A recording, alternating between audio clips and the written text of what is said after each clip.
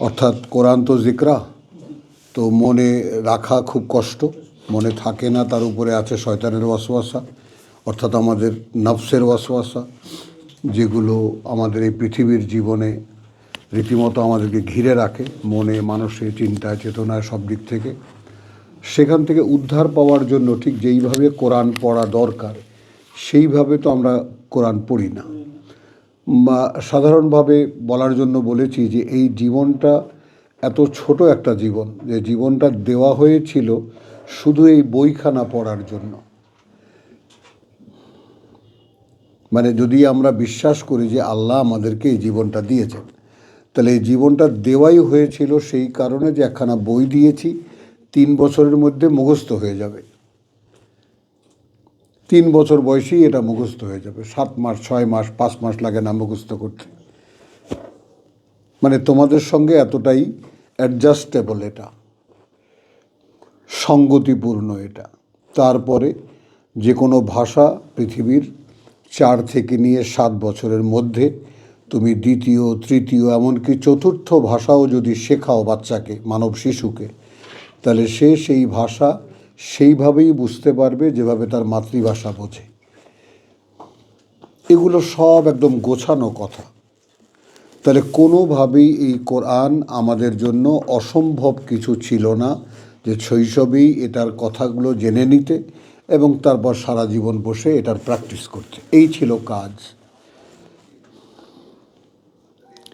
এখন সেটা সৌভাগ্য বা দুর্ভাগ্য, চিরকালই আল্লাহ তাআলা নবী রসুলের যে ইতিহাস এই কোরআনে আমরা দেখেছি, সেখানে আমরা স্পষ্ট দেখেছি যে জাতি যখনই কিতাব এসেছে সেই কিতাবের পরে আর সে জাতি রীতিমতো ধ্বংস হতে হতে হতে হতে এমন এক পর্যায়ে চলে গেছে, নিজেরা একটা ধর্ম বানিয়েছে যার সাথে আল্লাহর কিতাবের কোনো সম্পর্ক নেই। সেই ধর্ম নিয়ে তারা ব্যস্ত। আর ওই মানব রচিত ধর্মগুলো ভাঙার জন্যই আল্লাহ রব্বুল আলামিন তিনি যুগে যুগে কালে কালে নবী রসুল পাঠিয়েছেন, নতুন করে কিতাব পাঠিয়েছেন। হে মানুষ, তোমরা যেটা আমার উদ্দেশ্যে করছো এটা তোমাদের বানানো, এটা আমি নেব না, আমি এইভাবে তোমাদেরকে নেব না, এই জন্যে তোমাদেরকে দুনিয়াতে পাঠাইনি। আমি পাঠিয়েছি এইটা অনুশীলন করতে, যেটা আমার কথা।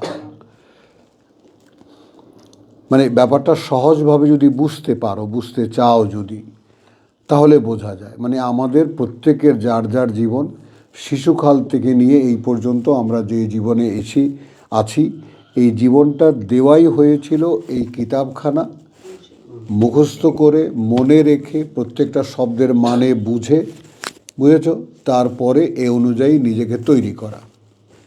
এখন আমাদের যার যে আয়ুষ্কাল আমরা পার হয়ে এসেছি, 60 বছর, 50 বছর, 55 বছর, যে জীবনই আমরা পেয়েছি, প্রত্যেকটা জীবন সেইভাবে সিলেক্ট করা। যদি কেউ এর মধ্যে এই কোরআনটা সেইভাবে অনুশীলন করতে চায় তাহলে সেটা পারত। আবার যখন আল্লাহর সামনে সকল মানুষ দাঁড়াবে, তখন কোনোভাবেই সে এটা প্রমাণ করতে পারবে না যে তাকে জীবনে যেটুকু সময় দেওয়া হয়েছিল তাতে তার কাজটা সে করে সম্পূর্ণ করতে পারত না। আচ্ছা, আমাদের মধ্যে অনেককেই আগেই নিয়ে যাওয়া হয়, এটাও আল্লাহ তাআলা কোরআনে বলেছেন যে এখন সেটা তার বুঝ। যদি কারো পরীক্ষা কমপ্লিট হয়ে থাকে, নিয়ে গেছেন। যদি কারো পরীক্ষা নেবেন না বলে তিনি মনে করেছেন, নিয়ে গেছেন। কিন্তু এখন প্রধান সমস্যা হলো যে মানুষগুলো আমরা বেঁচে আছি, এদেরকে নিয়ে। এই বেঁচে থাকা মানুষগুলো দেখো একটু খেয়াল করে, যে জীবনের 12 আনে 14 আনেই তো শেষ হয়ে গেল। একটা অজানা কাহিনীর উপরে ভর করে জীবনটা কাটিয়ে দিলাম। তো সেখানে জীবনটাই, এই পৃথিবীতে বেঁচে থাকাটাই ছিল প্রধান। এবং এটাও আল্লাহর বলা যে আমি চাপিয়ে দেবো পৃথিবীর জীবনটা, যারা এই পৃথিবীর জীবনটা চাইবে। এখন আমার সর্বাত্মক চেষ্টা থাকবে যে আমি কিভাবে আমার আসল জীবনে ফিরে যাব, যেখান থেকে একটা পিরিয়ডিক লাইফ দিয়ে আমাকে এখানে পাঠানো হয়েছে। বুঝতে পারলাম, যেখানে সামান্য, মানে মূল জীবনের তুলনায় এটা একেবারে কয়েক মুহূর্তের ব্যাপার। যেমন আমরা সকলে যখন আবার সামনে গিয়ে দাঁড়াবো, তখন জিজ্ঞেস করা হবে কদিন ছিলা, বলবো 1 দিন বা 1 দিনের কিছু অংশ। তো আমরা তো কেউ এই জীবনটাকে কোনোভাবেই একদিন বা একদিনের কিছু অংশ ভাবতেই পারি না। তাহলে এই যে ভাবনা চিন্তার সম্পূর্ণ উল্টানো অবস্থা, আমরা যখন এটা দেখতে পেলাম যে আমরা যেভাবে ভাবি, যেভাবে চিন্তা করি, যেভাবে জগৎ সংসারটাকে দেখি, এটা সব কিছু উল্টানো। তো এটা যখন আমাদেরকে এমন একখানা কিতাব, লা রাইবা ফিহে, এর মধ্যে কোনো ভুল নেই, তো সেই কিতাব যদি চ্যালেঞ্জ করে বলে যে যেভাবে ভাবছো, যেভাবে চিন্তা করছো, যা দেখছো, যা শুনছো, যা করছো, এর কোনোটাই আমি নিচ্ছি না, তখন কী করবা? আমার সামনে আসতে হলে আমি তোমাদের সামনে এই কিতাবখানা পরিপূর্ণ প্রকাশ করে একজন মানুষকে দেখিয়ে দিয়েছি কিভাবে এই কিতাব আত্মস্থ করতে হয়। তিনি মোহাম্মদ রাসূলুল্লাহ। তোমরা কি করেছো সেটা তোমরা জানো, আমার সাথে কি সম্পর্ক তার? তোমরা নবীর সুন্নত বানিয়েছো না কি বানিয়েছো না যা যা বানিয়েছো সেগুলো তোমাদের ব্যাপার। আর আমি তোমাদেরকে একখানা কিতাব দিয়েছিলাম, যে কোনো অবস্থাতে সেই কিতাবখানা আমার সংরক্ষণে ছিল। এই পৃথিবীর কারো পক্ষেই, তোমাদের মানুষের মধ্যে কারো পক্ষেই কিতাবকে ভুল বানানো, কিতাবের কোনো ভুল ধরা সম্ভব না। এটাও কি দেখোনি?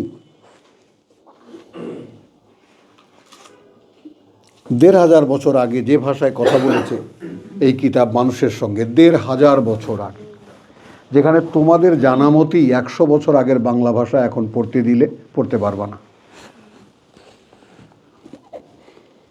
তাহলে এত ভাষার অদল বদল, এই যে প্রতিনিয়ত ভাষা বদলেছে, মানুষের চরিত্র বদলেছে, অবস্থা বদলেছে, এ সব তো তোমাদের চোখের সামনে। কিন্তু আমার এই কোরআন যে বদলায়নি, এটাও কি দেখোনি? কি উত্তর আছে আমাদের কাছে?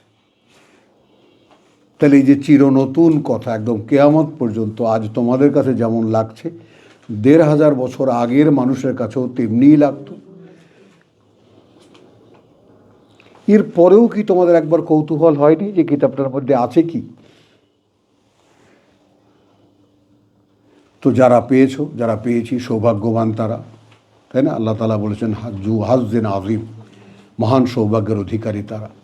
তো সেই সৌভাগ্যের অধিকারী যে আমরা, তারা কি এটা মনে করি যে আসলে কোরআন যে পেলাম, আসলেই পরম সৌভাগ্যের এক ৭ রাজার ধন, এক মানিক আমি পেয়েছি?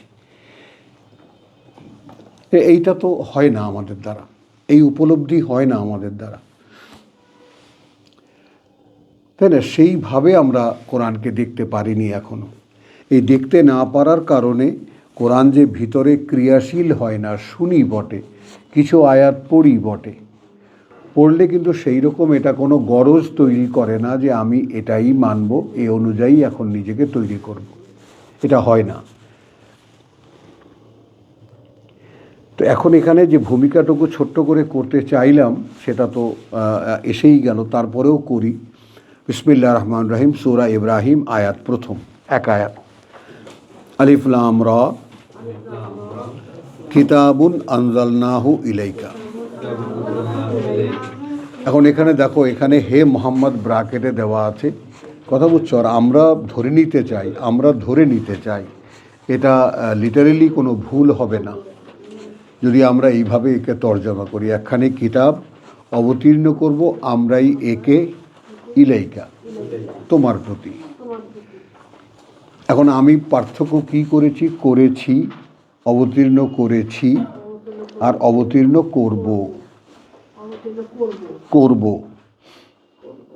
এখন করব যদি আনি তাহলে কি হয়, ছির বদলে করেছি আর করব। করেছি হলে পাস্ট হয়ে গেল, আর করব হলে কি হলো, মানে তোমার প্রতি পূর্ণ করব।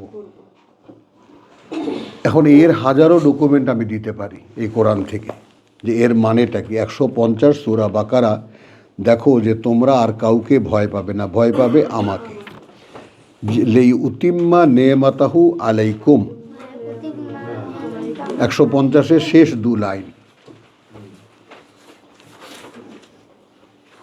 তো সেই প্রাপ্তবয়স্ক মানুষগুলো, অর্ধবয়সী মানুষগুলো, বুড়ো মানুষগুলো, যারাই তখন মোহাম্মদ রসুল্লাহর প্রতি ঈমান এনেছেন, তাদের ব্যাপারে বলা হচ্ছে যে দেখো এই আশেপাশে যারা আছে, মক্কার মুশরিকরা আছে, মদিনার ইহুদিরা আছে, খ্রিস্টানরা আছে, যারা এই কোরআন মানে না, তো তাদেরকে ভয় পেও না। এই এই যে এই যে আমাদের হিজরতটা, অর্থাৎ এই যে ভয় এখন আর কাউকেই পাই না, এই অবস্থাটায় কি আসতে পেরেছি? পারিনি। নিজেকেই ভয় পাই, নিজের স্বভাবটা কিভাবে বদলাবো। খেয়াল করে দেখো এখানে কতটা স্পষ্ট ঘোষণা যে ফালা তাকশাউহুম, অতএব ওদেরকে আর ভয় পাবে না, ওয়াকশাউনি, বরং ভয় পাবে তোমরা আমাকে, অর্থাৎ আল্লাহ বলছেন আমাকে। কেন? ওয়ালে উতিম্মা নেমাতি আলাইকুম। এই তাহলে এই করুণা তিনি পূর্ণ করে দেবেন আমাদের উপরে। তাহলে পূর্ণ করার ব্যাপারটা আমাদের কাছে না, আমাদের কাছে আছে শুধু চেষ্টাটা, যে আমি কি চাই যে আমাতে পূর্ণ হোক। কারণ উদাহরণটা এমনভাবে দিয়েছেন, লাআল্লাকুম তাহতাদুন, যেন তোমরা নিজেরাই নিজেদেরকে পরিচালিত করতে পারো। কামা আরসালনা ফিকুম রাসূলান মিনকুম, 51, যেভাবে পাঠিয়েছি আমি তোমাদের মধ্যে একজন বার্তাবাহক, মিনকুম, তোমাদের মধ্যে থেকে নিয়েই, আমি আকাশ থেকে পাঠাইনি, আমি অন্য দেশ থেকে আনিনি, মানে তোমাদের মধ্যে থেকেই একজন মানুষের সাথে আমি কানেক্ট করেছি অদৃশ্যভাবে। একেবারে উদাহরণটা এইভাবে, আমি তোমাদের উপরে নেয়ামত পূর্ণ করে দেব, আমার করুণা আমি পূর্ণ করে দেব, যেভাবে আমি পাঠিয়েছি তোমাদের মধ্যে থেকেই একজনকে। তুলনাটা বুঝতে পেরেছো? মানে এতটাই উদাহরণ সহকারে, না উদাহরণ সহ বলো, তো আল্লাহ উদাহরণ সহই বলছেন যে যেভাবে পাঠিয়েছি তোমাদের মধ্যে থেকে একজনকে, ইয়াতলু আলাইকুম আয়াতিনা। এখন এখানে আমরা তর্জমা যদি করি, সে পড়ে শোনায় তোমাদেরকে আমাদের আয়াত, তাহলে হয়ে গেল অন্য দিকে। আর আমরা ইয়াতলু পেছনে পেছনে চলা, অর্থাৎ এই যেটা বাংলা শব্দ দেখো উচ্চারণ করতে পারো কি না, সে অনুসরণ অনুশীলন করে সামনে তোমাদের আমাদের বাণী ও বার্তা, মানে আমি যে বাণী ও বার্তা দেই সেটা সে অনুসরণ অনুশীলন করে তোমাদেরকে দেখায়। বুঝেছো? এইভাবে মুরব্বীরা তর্জমা করেছেন, এই তর্জমা দিয়েই আমরা শিখেছি। কিন্তু এখন মানুষের মেধা যোগ্যতা যতই এগিয়ে যাচ্ছে, দেখো এখন মোবাইল ফোনের কথা আমাদের বাবাদেরকে বললে তারা হয়তো জুতা নিয়ে উঠতেন মারতে, যে এরকম কিছু আবিষ্কার হতেই পারবে না কোনো দিন, যে একদম এখানে থেকে দেখা যাবে আমেরিকায় বসে আপনি কথা বলবেন, আমি এখানে বসে আপনার সাথে কথা বলবো, আপনাকেও আমি দেখব, আপনিও আমাকে দেখবেন। মারতে উঠবে না? আমাদের বাবা দাদারা মারতে উঠতো না, যে পাগল হয়ে গেছে ওরে খেদা।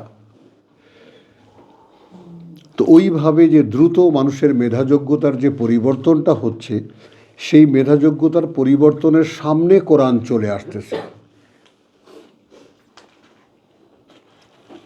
এই ব্যাপারটা একটু লক্ষ্য করো, কোন কালে কোন সে সময় যখন আমরা কোরআনের প্রতি আগ্রহ হয়েছি, এই আগ্রহী হওয়ার ব্যাপারটা কিছুতেই যেন আমাদের নিজেদের কোনো উদ্যোগ বলে মনে না করি, তাহলেই ভুল হবে। তার মধ্যে মানে হলো আমার মধ্যে এমন কিছু এলিমেন্টস আছে যে আমি যদি এই কোরআনের দিকে এগিয়ে যাই তাহলে আল্লাহ আমাকে নিয়ে নেবেন, তিনি আমার মধ্যে এটা পূর্ণ করে দেবেন। এরই এই একটা আভাস আমি পাই যখন আমার কোরআন ভালো লাগে, কোরআনের কাছে আমি যেতে চাই। তাহলে এখানে তিনি বললেন যে তোমরা আর কাউকে ভয় পাবে না, এইটারই অ্যানালাইসিস আছে নানানভাবে এই কোরআনে। ভয় পাবে আমাকে, তাহলে আমি আমার করুণা তোমাদের মধ্যে পূর্ণ করে দেব, যাতে তোমরা নিজেরা নিজেদেরকে পরিচালিত করতে পারো। সঙ্গে সঙ্গে উদাহরণ, কামা আরসালনা ফিকুম রাসূলান মিনকুম, উদাহরণ সঙ্গে সঙ্গে তোমাদেরই মধ্যের একজন মানুষকে দেখো কিভাবে আমি কানেক্ট করেছি, আমার বার্তাবাহক বানিয়েছি, সে এখন অনুসরণ অনুশীলন করে সামনে তোমাদের আলাইকুম, সামনে তোমাদের আয়াতি না, বাণীয় বার্তা আমাদের আমাদের ওয়ায়ুজাক্কিকুম। এখন এখানে তো আমরা এবং তিনি পরিশুদ্ধ করেন, এটা হবে না। মানে সংশোধনীগুলো কোন কোন জায়গায়, রাসূলের পক্ষে কাউকে পরিশুদ্ধ করা সম্ভব না, এটাও কোরআনেরই কথা। এবং তিনি পরিশোধন দেখিয়ে দেন তোমাদেরকে। আয়াতের অনুশীলনী মূলত তোমাদের পরিশুদ্ধির অনুশীলন। ওয়া ইউজাক্কিকুম, এবং কিভাবে তোমাদেরকে পরিশোধিত হতে হবে সেটা তোমাদেরকে দেখিয়ে দেয়।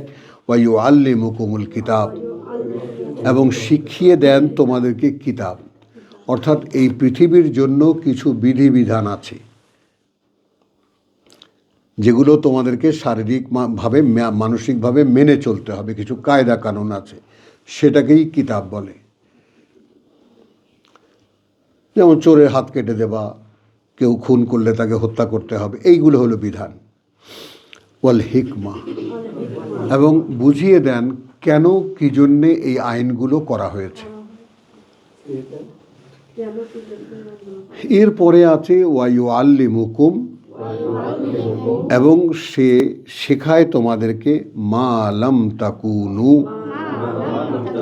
না কিছুতেই হতে পারতে তোমরা তালামুন, যে তোমরা সেটা জানো। তাহলে রেভেলেশন, আকাশ থেকে আসা, ঊর্ধ্ব জগৎ থেকে আসা এই সমস্ত কথাগুলো এমন একজন মানুষের মাধ্যমে আমরা পেয়েছি যেটা অন্য কোনোভাবে, অর্থাৎ পৃথিবীতে এমন কোনো সোর্স নাই যার মাধ্যমে এই জ্ঞান পাওয়া যেতে পারে। বলতে পারলাম? এটা একমাত্র আল্লাহর বার্তাবাহক যে তার পক্ষেই সম্ভব। তো তিনি তো চলে গেছেন, তাকে নিয়ে গেছেন ১৫০০ বছর আগে নমুনা হিসাবে। তো তাঁর জীবদ্দশায় এরকম কোনো কিতাব ছিল না, তাঁর জীবদ্দশায় এরকম কোনো কিতাব ছিল না যে তিনি সামনে কিতাব পড়ে পড়ে এটা করতেন। তার কাছে ওহী আসতো, তার কাছে ওহী আসতো জিবরাইল ফেরেশতার মাধ্যমে, তার অন্তরে এটা অবতীর্ণ করানো হতো, দিয়ে দেওয়া হতো, তিনি তা ভাষায় বলতেন। এইখানেই আছে কথাটা, বুঝেছো? তিনি বলতেন তার লোকদের সামনে যে ভাই দেখো আল্লাহ এই কথাগুলো আমার কাছে পাঠিয়েছেন। এই হলো ওহী। এখন সেই ওহী আমাদের জন্য কি ব্যবস্থা করেছেন, তাকে বলা সব কথাগুলো তিনি মানুষকে দিয়ে লিপিবদ্ধ করিয়েছেন। ঠিক যেমন তোমাদেরকে আল্লাহ তাআলা এখানে এনেছেন, আমাকে এখানে দাঁড় করিয়েছেন, এই সব কিছু তিনি করছেন।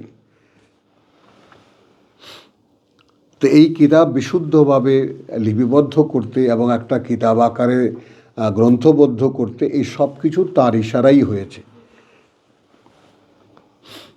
মানুষ করেছে, এইটা এইভাবে চাপিয়ে দেওয়া ঠিক হয় না, মানুষকে দিয়ে তিনি করিয়েছেন। তাহলে এখন তিনি তার মাধ্যমে এমন কিছু আমাদেরকে জানাবেন যা আমাদের পক্ষে অন্য কোনো সোর্সে জানা সম্ভব না। তাহলে এই কিতাব আমাদের কাছে বন্ধ। আমাদের ধর্ম এই কিতাবকে সম্পূর্ণ বন্ধ করে দিয়েছে, বলেছে এটা নফল ইবাদত, এটা কেউ মারা টারা গেলে তার সিথানে বসে ইয়াসিন সূরা পড়ো, বা এটা অক্ষরে অক্ষরে 10 নেকি অনেক পুণ্যের কাজ পড়ো। জীবনের অপরিহার্যতা এই কিতাব, জীবন মানে এই কিতাব ছাড়া, এই কিতাব না জানা ছাড়া আমি যে কার্যত একটি মৃত অস্তিত্ব, এটা এই কিতাব বলে। এই কিতাব বলে যে যখন আল্লাহ ডাকেন তোমাদেরকে, অর্থাৎ তার বার্তাবাহক, লেমা ইউহয়িকুম, যা তোমাদেরকে জীবিত করবে বা তোমাদেরকে জীবন দেবে। তাহলে আমরা হাট্টা গাট্টা জীবনে আছি, খাচ্ছি যাচ্ছি ফুর্তি করছি, তারপর আমাদেরকে বলা হচ্ছে মরা, মানে তার মানে খেয়াল করবা, তার মানেটা একটু একটু উপরে চলে যায় কথাটা, তারপরেও বুঝতে পারবা এই সেই বয়স তোমাদের হয়েছে। অর্থাৎ জীবন সেইটাকে বলে যে অস্তিত্বের মধ্যে জীবনের বোধ আছে। এখন আমি সরাসরি তোমাদের মোকাবেলায় সামনে দাঁড়িয়ে চ্যালেঞ্জ করে বলছি, তোমরা কেউই এই কথাটার উত্তর দিতে পারবে না যে যদি জিজ্ঞেস করি সরাসরি তোমাকে, তোমার জীবন বোধ কী?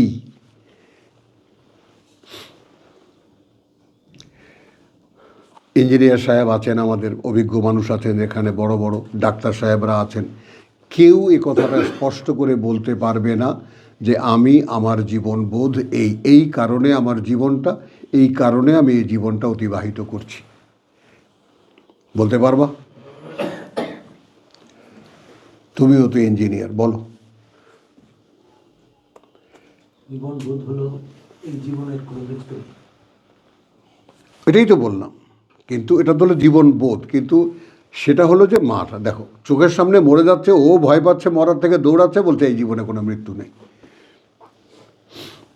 আর্টিফিশিয়াল কথা চাই না। জীবনবোধ তাকে বলে যেটা আসলে সে কি কারণে বেঁচে আছে, কি কারণে তার এই জীবনটা সে তা জানে। তো আমরা তো জানি না। এখন জানার একমাত্র উপায় রেখেছেন এই কিতাব, সেটাই আমরা জানি না। তো আমি কেমন করে জানবো যে আমার জীবনের আসল কাহিনী কি? এই কিতাব বলছে তুমি আগেও ছিলে, এরপরেও তুমি থাকবে, এখন যে পৃথিবীতে আছো এখানে তোমাকে পাঠানো হয়েছে একটা পরীক্ষার জন্য। খুব সিম্পল কথা। এখন ওই সেই আবার পুনরায় সেই জীবনে ফিরে যাওয়ার জন্য এই কিতাব তোমাকে অনুশীলন করে যে মানুষ তৈরি হবে সেই মানুষটাই তুমি আসলে। আসলে আল্লাহ যে মানুষটা তৈরি করেছিলেন সেখান থেকে তোমাকে একটা দাগ চলছে, সেখানে একটা গোল্লা বানিয়ে এখানে ড্রপ আউট করা হয়েছে, পরীক্ষা দিয়ে এসো। তুমি নিজে নিজে যে মানুষ আমি তোমাকে বানিয়েছিলাম সেই মানুষ তুমি আমাকে হয়ে দেখাও। আমি তোমা থেকে সেই মানবতাটুকু রেখে দিলাম, রেখে দিয়ে আমি পশু জগতে পাঠালাম, জন্মসূত্রের মাধ্যমে পাঠালাম। তুমি জন্মসূত্রের অধীনে বন্দী নও, তুমি একটা ইন্ডিভিজুয়াল ক্রিয়েশন। একটা অদ্ভুত জন্মসূত্র তৈরি করেছি, সেখানে জীবন মৃত্যু তৈরি করেছি, একটা সামান্য সময়ের জীবন দিয়েছি। কাজটা তোমার এই একখানা পাঠ্য দিয়েছি, এটা পড়ো, এটা মনে রাখো, এই অনুযায়ী নিজেকে তৈরি করার চেষ্টা করো। এবং সেই চেষ্টার মধ্যে আমি যখন দেখবো যে হ্যাঁ তুমি পারবা, যেমন পরীক্ষকদের একটা ধর্ম আছে, আমাদের এক্সামিনার যারা পরীক্ষার খাতা যারা দেখেন, তো তাদের একটা ধর্ম আছে যে ছাত্রটি কি লিখেছে তা তারা দেখেন না। বলো, তারা দেখেন প্রশ্ন শেষে বুঝতে পেরেছিল কি না।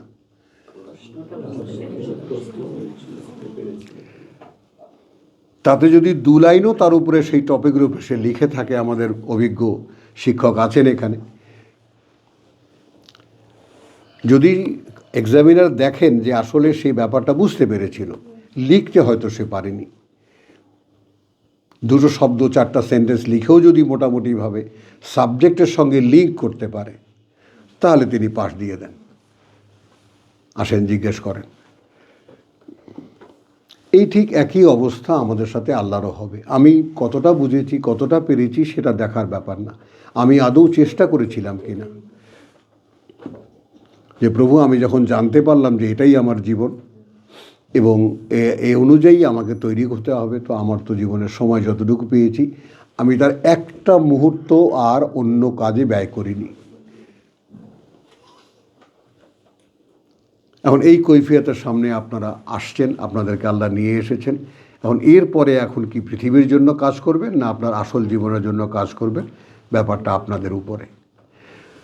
তো এইটা আমি সূরা বাকারা থেকে দেখালাম। তো এরপরে সূরা ইব্রাহিমের যে কথাটা, কিতাবুন আনজালনাহু ইলাইকা, দেখো ওই কথাটার সঙ্গে কিভাবে মেলে ব্যাপারটা। আলিফ লাম রা, হ্যাঁ, এখানে কিতাব অবতীর্ণ করব আমরাই তোমার উপরে, সরাসরি যদি কথাটাকে ধরে নেই আমরা। মুহাম্মদ রাসূলুল্লাহর উপরেও এটা অবতীর্ণ হয়েছে, আমাদের উপরেও অবতীর্ণই হবে। এবং সেটাও সূরা এই যে তোমার 20 নম্বর সূরা তহা 114 আয়াতে পরিষ্কার, লা তাজাল বিল কোরআন, তাড়াহুড়া করবে না এটা পড়তে গিয়ে, হাত্তা আন ইউকদা ইলাইকা ওয়াহয়ুহু, সরাসরি ওয়াহি, এর ওয়াহি তোমার কাছেও করা হবে। তো কিতাবুন আনজালনাহু ইলাইকা লিতুখরিজান নাসা মিনাজ যুলুমাতি ইলান নূর, বের করে আনতে মানুষকে ঘোরতর অন্ধকার থেকে বা বিচিত্র অন্ধকার থেকে আলোর দিকে। এখন বোঝো শর্তটা কি, আমি যদি তোমার উপরে অবতীর্ণ করি এই কিতাব, সঙ্গে সঙ্গে একটা কর্তব্যও আমি দিয়ে দিচ্ছি তোমাকে, তোমাকে মানুষকে অন্ধকার থেকে আলোতে বের করে আনতে হবে। এখন এখানে সবচেয়ে মিনিমাম ইউনিটটা কি হবে, প্রভু আমার দ্বারা কাকে আমি কি অন্ধকার থেকে বের করব সেটা জানি না, আমাকে তো আগে বের করো।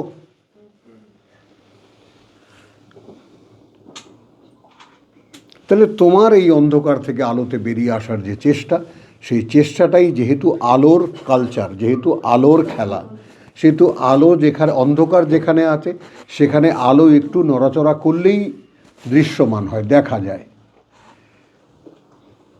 তখনই চারিদিক থেকে মানুষ, কৌতূহলী মানুষ আসবে, ভাই আপনি কোন জীবন চর্চা করছেন, আপনার জীবনটা এরকম কেন, আপনি এরকম কেন, আপনি এটা এইভাবে বলেন কেন, এইভাবে করেন কেন। আপনার থেকেই কৌতূহল হবে, চারিদিক থেকে মানুষ আপনার থেকেই চলে আসবে। যেমন আমি তোমাদেরকে ডেকে এনেছি, বল এখানেই দেখো, আমি তো ডাকিনি তোমাদেরকে। তোমরা আলোর সন্ধান পেয়েছো, আলো খুঁজতে এখানে এসেছো, আমার কাজ সে আলো দেখিয়ে দাও। তাহলে এখন এখানে এরপর সঙ্গে থাকছে বিইজনে রাব্বিহিম। এখন আমি যে তোমাদেরকে আলোর সন্ধান দেব, এখন এই এজেনের ব্যাপারটা তোমরা যারা মহিলা তারা সকলেই বোঝো, যে শেষ পর্যন্ত অনেক আয়োজন করেছে, হাজার মানুষ খাচ্ছে যাচ্ছে, লক্ষ টাকা ব্যয় করা হয়েছে, তাই না? কাজী সাহেব পুরুষ ছেলেটিকে বুঝিয়ে পড়িয়ে যে অমুকের মেয়ের সাথে, মেয়েকে আপনার সাথে বিয়ে দেওয়া হলো, এত টাকা মোহরানায় আপনি সব দায়িত্ব পালন ইত্যাদি ইত্যাদি বলে কয়ে 4 জন সাক্ষী নিয়ে তোমার কাছে পাঠানো হলো। আমাদের সমাজে এটা চালু আছে না, এজেন্ট নিয়ে আসেন। এখন তুমি যদি সেখানে এজেন্ট দাও তাহলে বিয়েটা হলো, আর যদি না দাও,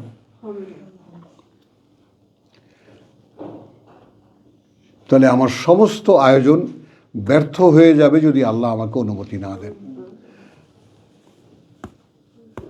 তাহলে এখন আগে কি এসে গেল? আল্লাহর অনুমতি। তাহলে প্রতিটি পদক্ষেপে পদক্ষেপে, তাই না, ওই সেই যে আয়াতে যে তাড়াহুড়া করো না কোরআন নিয়ে যে পর্যন্ত না তোমার কাছে পৌঁছে দেওয়া হয় এর বোধ, সেখানে কি আছে? ইন দ্য মিন টাইম ওয়াকুল রাব্বি জিদনি ইলমা, বলতে থাকো প্রভু আমার জ্ঞান বাড়িয়ে দাও, আমার জ্ঞানে প্রবৃদ্ধি দাও, কারণ সময় লাগবে আসতে। তোমার কাছে যাওয়ার পরেই তোর 4 জন লোক লাভ দিয়ে উঠে বলো না যে ভাই আমি রাজি রাজি, বলেছো এরকমভাবে? বলো তুমি, তোমার অনুমতি বের করতে কত কষ্ট হয়েছে বলেন বলেন, তুমি আরও গুজা হয়ে গেছো, আরও ছোট হয়ে গেছো। ও বলেছে এরকম আমি রাজি, বুঝেছো? তো এখন বেইজনে রাব্বিহিম ইলা সিরাতিল হামিদিল আজিজুল হামিদ, সেই পথে, তাঁর পথের দিকে যিনি সর্বশক্তিমান, যিনি নিজ সত্তায় নিজেই প্রশংসিত। এখন এইখানে খুলে খুলে বলতে ইচ্ছা করে সব, এই হামিদ মানেটা কি? অর্থাৎ তখন তুমিও যদি এই পথে আসো, তোমাকে যদি আল্লাহ অনুমতি দেন এবং তিনি যদি তোমার প্রতি কিতাব নাজিল করেন এবং তুমি যদি সত্যিকার অর্থে সেইভাবে মানুষকে অন্ধকার থেকে বের করে আনার চেষ্টা করো, তাহলে তুমিও আল্লাহর কাছে প্রশংসিত। যেভাবে আহম্মদ, তাই না, এই কিতাব নিয়ে মোহাম্মদ হয়েছে, যেভাবে আহম্মদ এই কিতাব গ্রহণ করে কিতাবের ধারক হয়ে মোহাম্মদ হয়েছে, প্রশংসার যোগ্য হয়েছে, তুমিও হবা। তিনি তো সর্বৈব আমাদের জন্য একটা নমুনা। তাহলে এবার আল্লাহর একটা পরিচয় ছোট্ট করে দেওয়া হচ্ছে, আল্লাহ আল্লাযী লাহু মাফিস সামাওয়াতি ওয়া মাফিল আরদ। আল্লাহ, তার জন্যই যা কিছু আছে ওই আকাশমণ্ডলীতে আর যা কিছু আছে এই পৃথিবীতে। তোমাকে বোঝাবার জন্য তিনি বলছেন, যা কিছু দেখছো ওই আকাশে, যা কিছু দেখছে এই পৃথিবীতে, আল্লাহ নিজের জন্যই তৈরি করেছেন, তোমাকে জিজ্ঞেস করে তৈরি করেননি। এগুলো তৈরি করতে তোমাকে জিজ্ঞেস, এমনকি তোমাকে তৈরি করতেও তোমাকে জিজ্ঞেস করা হয়নি, তোমাকে বানাবো। এটা একতরফা। তাহলে ওয়াইলুন লিল কাফিরিনা আযাবান মিন শাদীদ, মিন আযাবিন শাদীদ, এবং ধ্বংস অনিবার্য তাদের যারা এই ব্যাপারটাকে যারা অস্বীকার করে, অগ্রাহ্য করে, কঠিন যন্ত্রণার শাস্তি। এবার আসো একটা জিনিসকে তুলনা করছেন। এই যে প্রথম আয়াত আমরা পড়লাম, একখানি কিতাব অবতীর্ণ করব তোমার উপরে, মনে থাকবে তো? এবার 3 নম্বর আয়াতে আসো, আল্লাহর পরিচয় দিয়ে আসো। আল্লাযীনা ইয়াস্তাহিব্বুনাল হায়াতাদ দুনিয়া আলাল আখিরাহ, আলাল আখিরাহ, যারা ভালোবাসে এই পৃথিবীর জীবন, এই পৃথিবীতে বেঁচে থাকাকে পরকালের তুলনায়। তো তুলনাটা করে নিই আমরা। কোনোভাবেই কি আমার কাছে আমার এই জীবনের তুলনায় পরকালটা বেশি? বলে কোনোভাবেই কি পেরেছি আমার এই জীবনের তুলনায় পরকালটাকে প্রাধান্য দিতে? পারিনি।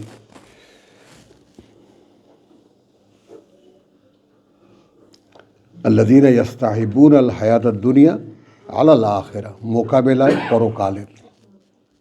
একেবারে লিটমাস টেস্ট হয়ে যাচ্ছে আপনার কাছে যদি পরকালের তুলনায় এই জীবনটার প্রাধান্য পায়,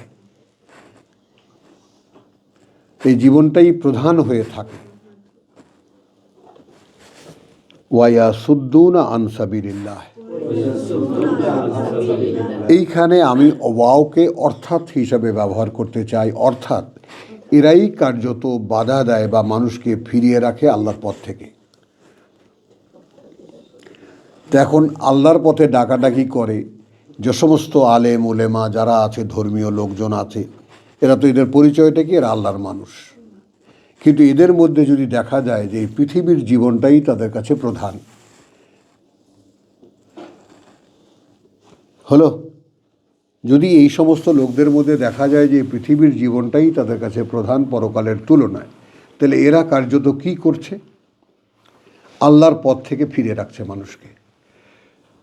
আল্লাহর পথ মরণের পথ। অর্থাৎ তোমার জন্ম হওয়ার কথা ছিল, জন্ম হয়েছ, এখন তোমার সামনে একটাই বাকি, এখান থেকে কিভাবে চলে যাবা।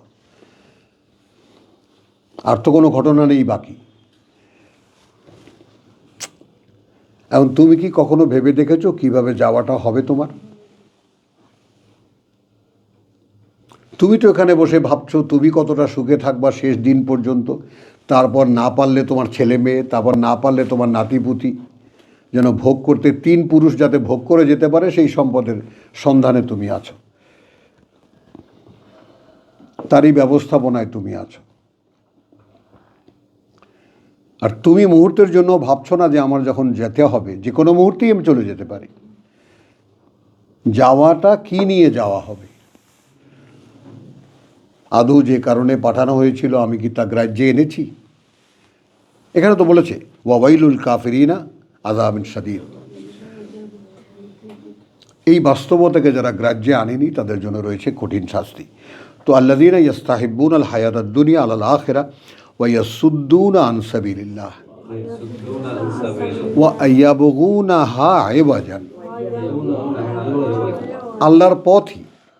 তাবলিগ জামাত যেমন বলে আল্লাহর পথ, আল্লাহর রাস্তায় নেমে আসে। বাদবাকি যত সমস্ত ইসলামী দাওয়াত যারা করছেন তারা সকলেই আল্লাহর পথের দিকেই ডাকছেন। কিন্তু কোরআন বলছেন এগুলো সবই হলো আল্লাহর পথ থেকে মানুষকে ফিরিয়ে রাখা এবং আল্লাহর পথে একটা বক্রতা তৈরি করা। আমি যদি জিজ্ঞেস করি ভাই আমি অমুক জায়গায় যাব, আমি অমুক জায়গায় যাব, এখন তুমি যদি বলো যে আপনি এখানে বসেন আমি আপনাকে নিয়ে যাচ্ছি, এটাই হলো দলবাজি। আমাদের সঙ্গে আসেন, আমরা তো আল্লাহর দিকেই যাচ্ছি। অথচ ইচ ইন্ডিভিজুয়াল, প্রত্যেকটি মানুষকে আলাদা সন্ধান দিতে হবে, এই তোমার পথ। এবং এখানে আমি তোমাকে কি বললাম, তুমি কিতাব পড়বে, তাই না? এটা তোমার পাঠ, তোমার জন্য।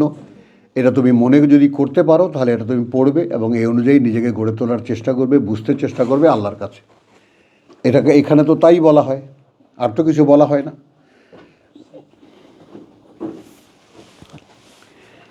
উলাইকা ফি দলালিম বাইদ। তো তারা আছে কোথায়? তারা রয়েছে একেবারে বহু দূরের বিভ্রান্তিতে। ভাবো, এরপরে আমাদের সেই কাঙ্ক্ষিত আয়াত, ওয়ামা আরসালনা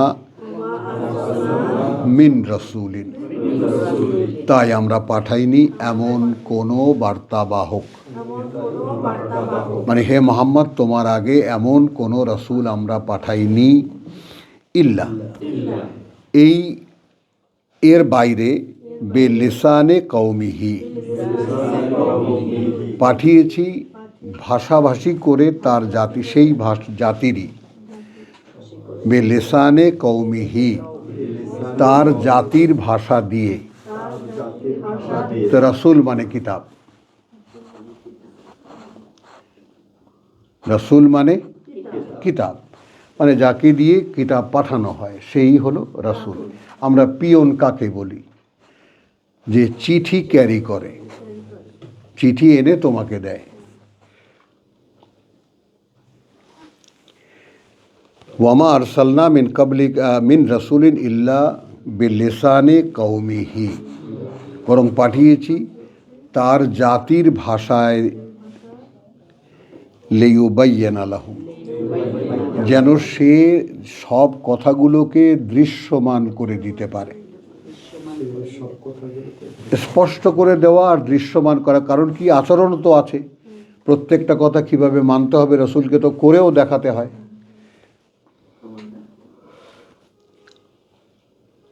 বুঝতে পারছো? করেও তো দেখাতে হয়। তো ইউবাইয়িন মানে যেমন স্পষ্ট করা, একই অর্থে দৃশ্যমান করা। এখন যেমন মনে করো যে আমি যদি ছোট্টখাটো এরকম তেলাপোকা সাইজের একটা আকার হয়ে থাকি, যে আমাকে আল্লাহ তাআলা আমার মনের মধ্যে জাগিয়ে দিয়েছেন, প্রভু এই কথা কেউ বলে না, আমাকে তুমি বলতে দাও, আমাকে তুমি শিখিয়ে দাও, যাতে আমি মানুষের কাছে বলতে পারি। সেই ৩৫ বছর আগে থেকে নিয়ে স্বপ্ন দেখেছি। তো তারপর ধীরে ধীরে কেমন করে তিনি আমাকে এই কথা শিখিয়েছেন, বলতে শিখিয়েছেন, বুঝতে শিখিয়েছেন, কত ঘাটের জল তিনি আমাকে খাইয়েছেন। এ তো আমার জীবনের কাহিনী। তো আজ এই আল্লাহর বান্দা, তোমরা সকলেই আল্লাহর বান্দা, সকলেই আল্লাহর তৈরি করা মানুষ। তো দেখো, তোমরা এসেছো শুনতে। এখন তোমাদের কাছে কি এটা আমার লেকচার বলে মনে হয় না আল্লাহর বলা কথা মনে হয়? খেয়াল করে দেখো তো, এটা তো দেওয়া ছাড়া হয় না।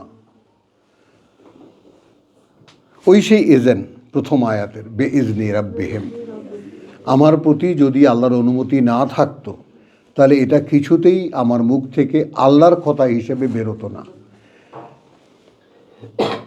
আমার লেকচার হয়ে যেত, আমার ওয়াজ হয়ে যেত। যে কারণে প্রতিদিনই আসছো, প্রতিদিনই শুনছো, কখনোই কি মনে হয় অনেক শুনেছো?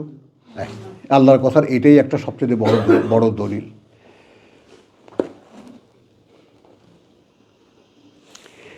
তো তাহলে আল্লাযীনা ওয়ামা আরসালনা মিন রাসূলিন ইল্লা বিলিসানি কওমিহি লিয়ুবাইয়িনা লাহুম, এখন হয়ে এলো এরপরে যে ভয়ঙ্কর কথাটা, ফায়ুদিল্লু আল্লাহ মান ইয়াশা, মান ইয়াশা।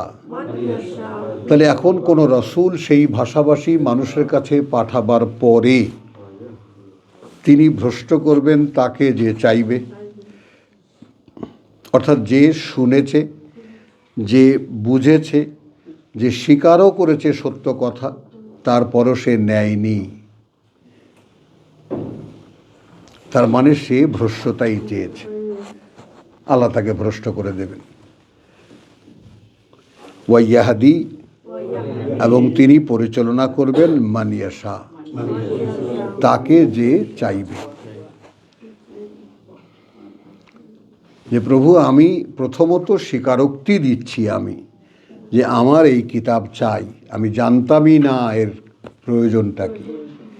এখন যখন জেনেছি এই আমার জীবন, এবং তোমার সামনে দাঁড়াতে হলে এর পরিপূর্ণ রূপ নিয়ে আমাকে দাঁড়াতে হচ্ছে, অতএব এই কিতাব তুমি আমাকে দাও।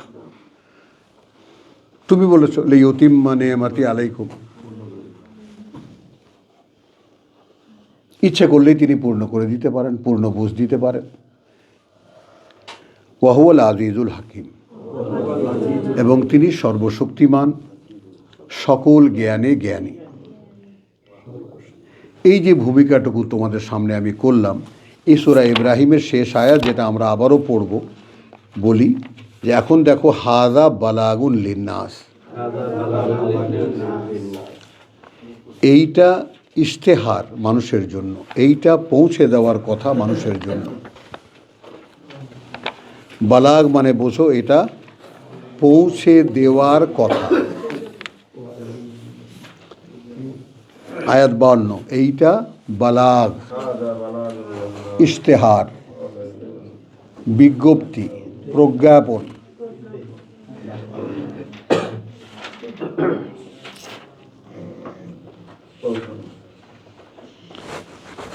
শুরু হয়েছে কি দিয়ে এই সূরা? কিতাবুন আনজালনাহু ইলাইকা।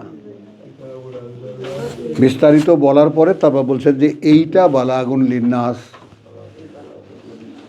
এইটা মানুষের কাছে পৌঁছে দেওয়ার জন্য। ওয়া লিইউনজারু বিহি,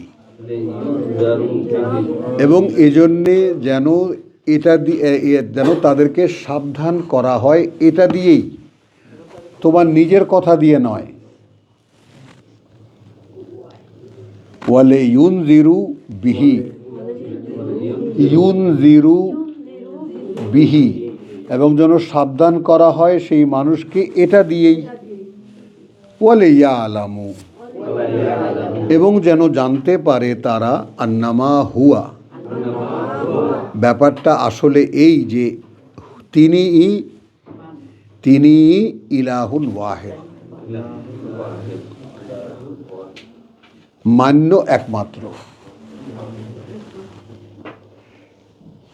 তাহলে হাযা বালাগুন লিন্নাস, এইটা ইশতেহার বা এইটা পৌঁছে দেওয়ার কথা মানুষের জন্য। ওয়া লিইউনজারু বিহি, এবং যেন সাবধান করা হয় সেই মানুষকে এটা দিয়েই। ওয়া লিয়ালামু,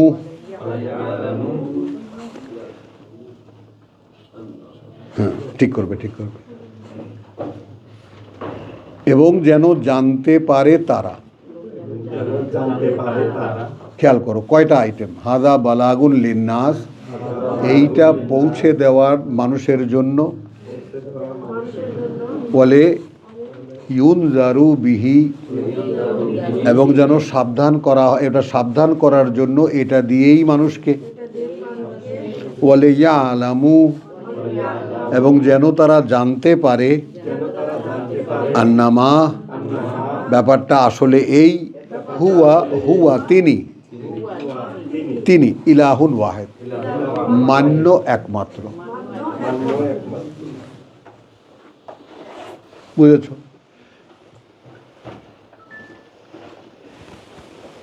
ওয়া লিয়াযাক্কারা, আর এই কথাটা যেন বারবার করে মনে করিয়ে দেয়,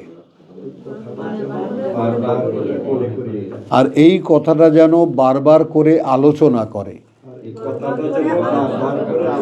ইয়াযাক্কারা, উলুল আলবাব, অধিকারী যারা, বিচক্ষণ বিবেচনার। অধিকারী যারা, বিচক্ষণ। এখন বিবেচনা অনেকেরই আছে, বিবেচনা সব মানুষেরই আছে। বিবেচনা ন্যূনতম কাকে বলে?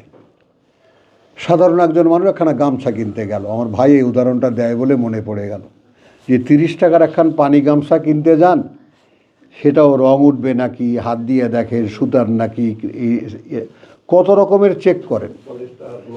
হ্যাঁ, বুঝেছ? তো এই বিচক্ষণ মানে বিবেচনা সকলেরই আছে, কিন্তু জীবন সম্পর্কে বিচক্ষণতা কজনার আছে?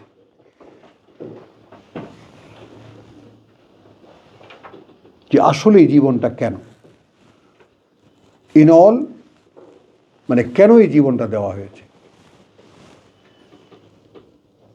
এইটা যারা ভেবে নির্ণয় নেয় তারাই বিবেচনায় বিচক্ষণ। তো আলহামদুলিল্লাহ এই ভূমিকাটুকু করলাম আমাদের বিষয়ভিত্তিক যে আলোচনা বা আমাদের যে ধারাবাহিক শব্দ চর্চা তাতে প্রবেশের আগে ওমা আলাইনা ইল্লাল বালাগ ওমা তৌফিকি ইল্লা বিল্লাহ। 2 নম্বর আয়াতে কথা বলতে চাচ্ছিলাম, আল্লাহ